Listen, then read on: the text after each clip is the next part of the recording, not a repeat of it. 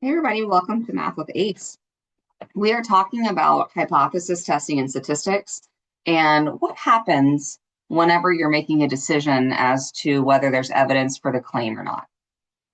When we are hypothesis testing, as you recall, we use sample data to help us make an inference about the population. And when you're testing a claim. So you are looking to see whether there's evidence for some claim that has been brought to us to work on. So we can either do the right thing and find evidence when there should be, or not find evidence when there shouldn't be, or we can make a mistake. So there's four different possibilities. You find evidence when you should, or you find evidence when you shouldn't, or you don't find evidence when you shouldn't, or you don't find evidence when you should. So there's different things that could happen. So let's assume, the standard statement of if we're talking about maybe somebody's on trial, and this just helps us recognize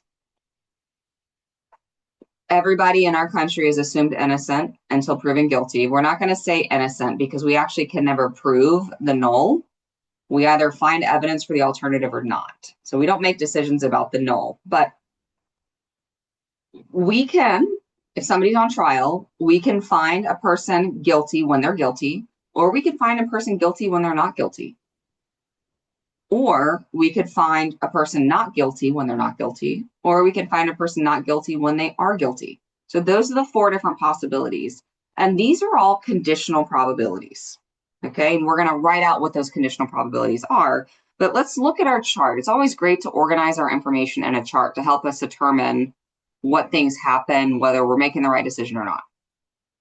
So we have a truth about the population, and then we have a conclusion that's based on our sample. So when we collect our sample data and we calculate that probability, we make a decision based on that and our level of significance. We use that. Did we do the right thing or not? So if we reject the null should be false. If we're rejecting not guilty, the person should be not guilty. So if the null is false, this is the correct decision. This is right. This is what we should be doing. Okay. Then if we reject the null when the null is true, that's bad. That is an error. That's a mistake that we made. What kind of error? Rejecting is a type 1, failing to reject is type 2. So we call this a type 1 error. Word to the wise, if you tell me that it's a false negative or a false positive in a test that has nothing to do with testing of positives and negatives, I know that you're using AI. So don't do that. Or whatever sort of resources we should not be using. Type 1 error is associated with alpha, our level of significance. So alpha is actually the probability of committing a type 1 error. That's the probability of rejecting the null, given that the null is true. It's a conditional probability. Now, failing to reject, meaning we're finding the person not guilty, or we're not finding the person guilty. We're not finding the person guilty. When they're not guilty, that's good. So if the null is true, we should fail to reject. That's the correct decision.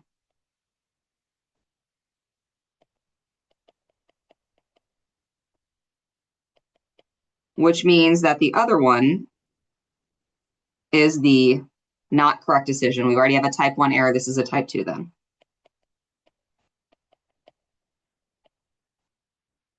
And we associate that with the Greek letter beta. Now, beta and correctly rejecting the null are complements of each other. This is actually the power of a test. We don't focus on power in our class, but power is the probability of rejecting the null when the null is false. How strong is your test? And you can do things to increase the power of your test, to decrease the type of error. You can use a stronger level of significance. But when you do that, you have to play around with how strong do you need your evidence to be. You can increase your sample size, but at some point, it's not possible for you to eliminate all types of error. You can't.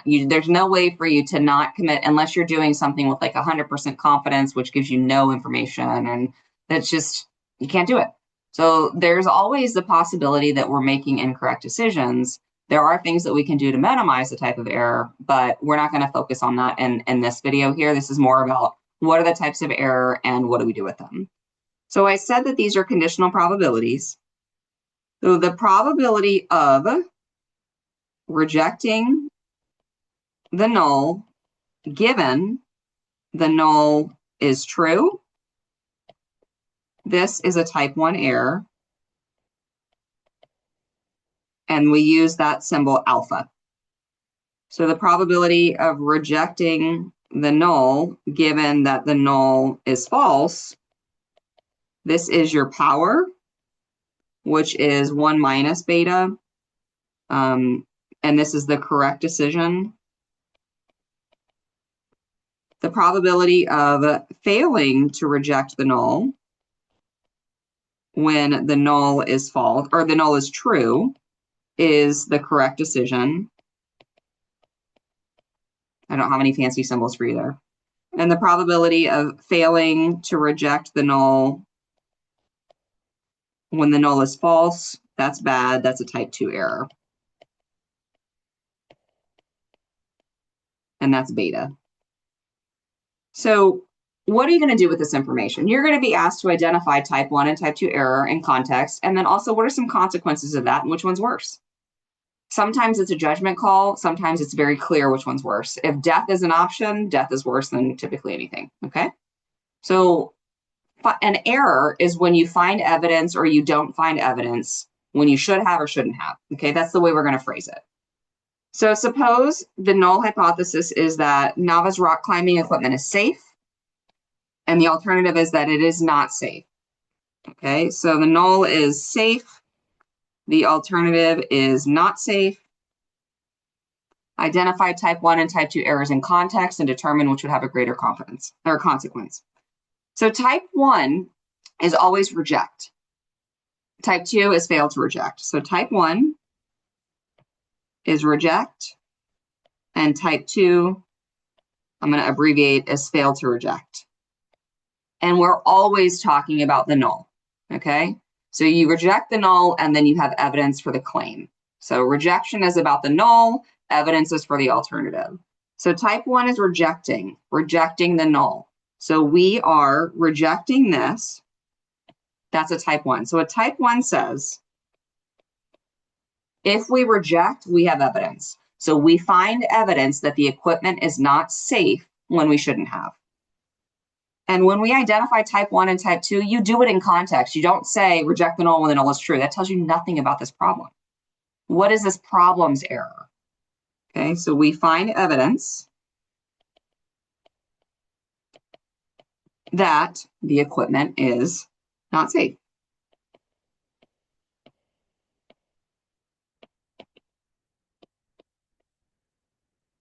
When we shouldn't have.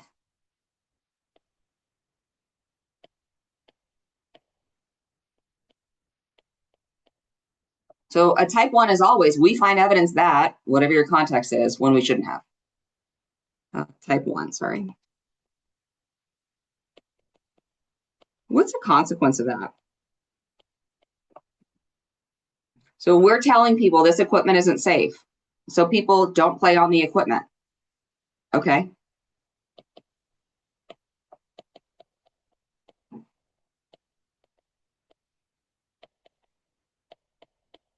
Maybe they waste money because of the equipment is not safe. Like they don't, maybe they're collecting money. I don't know. I mean, there's a couple of different ways that you could go with that. But a type 2 then is when we fail to reject.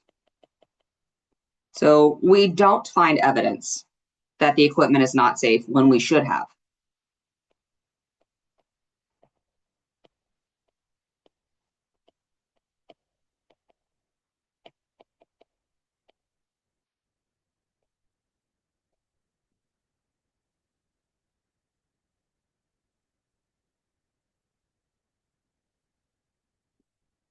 Okay, what's the consequence of that?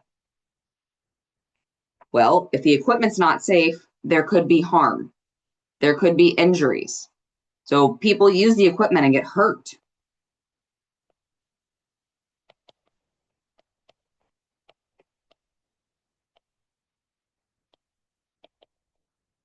This is a clear type 2 is worse. Okay. People don't use the equipment. Maybe the company loses money. It doesn't matter. If somebody gets hurt, that's always worse than money. Okay. First, do no harm. It's like the Hippocratic Oath. You want to make sure that these people are not using the equipment. So type 2 is worse. Okay. So we find evidence when we shouldn't have. We don't find evidence when we should have. Those don't change, but the context does. Let's use that for the next question. Okay. The null hypothesis is the victim of an automobile accident is alive when they arrive to the hospital. Alive at hospital. The alternative is that the the victim is not alive at the hospital. Okay, what are the types of error and the consequences? All right, so type 1, we find evidence for what? We find evidence for the claim. We find evidence that the victim is not alive when they arrive to the hospital when we should have.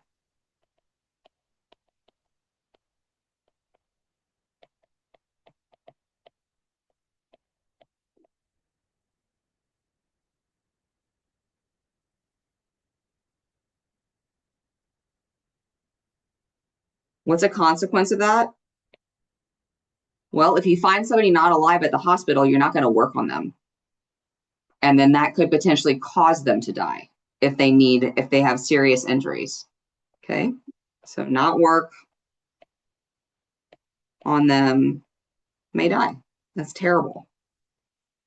This is a type 1. Type 2 is we don't find evidence that they're not alive, which means when we should have. So they're dead, but we don't think they are.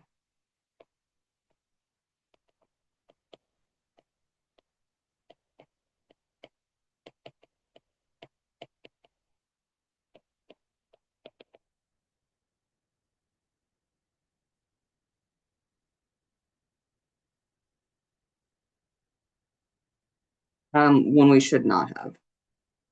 We don't find evidence that they aren't alive when we should have. Sorry. We find evidence when we should.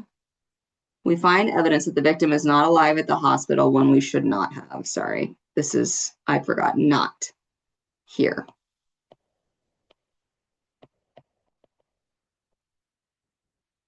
And this one is should have.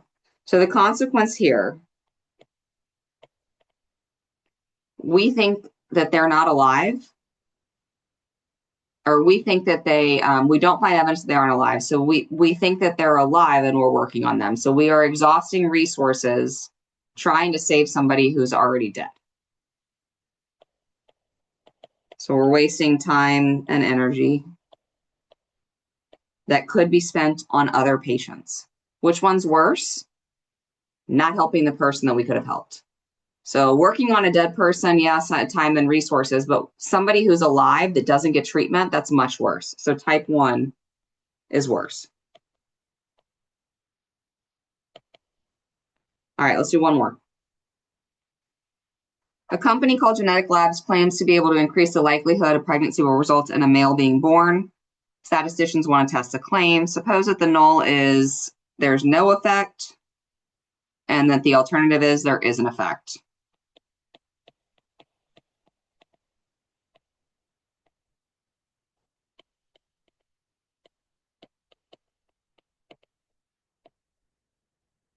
Okay, so type 1 is we find evidence that there is an effect on the gender when we should not have.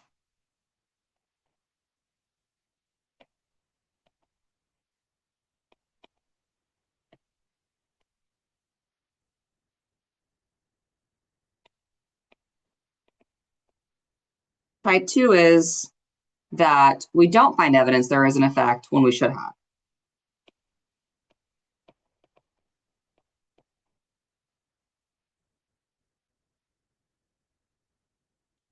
I should say find evidence, sorry. Find evidence, because it's all about evidence, not proving something's true. We can't prove it. We can find evidence, but we are not the ones proving.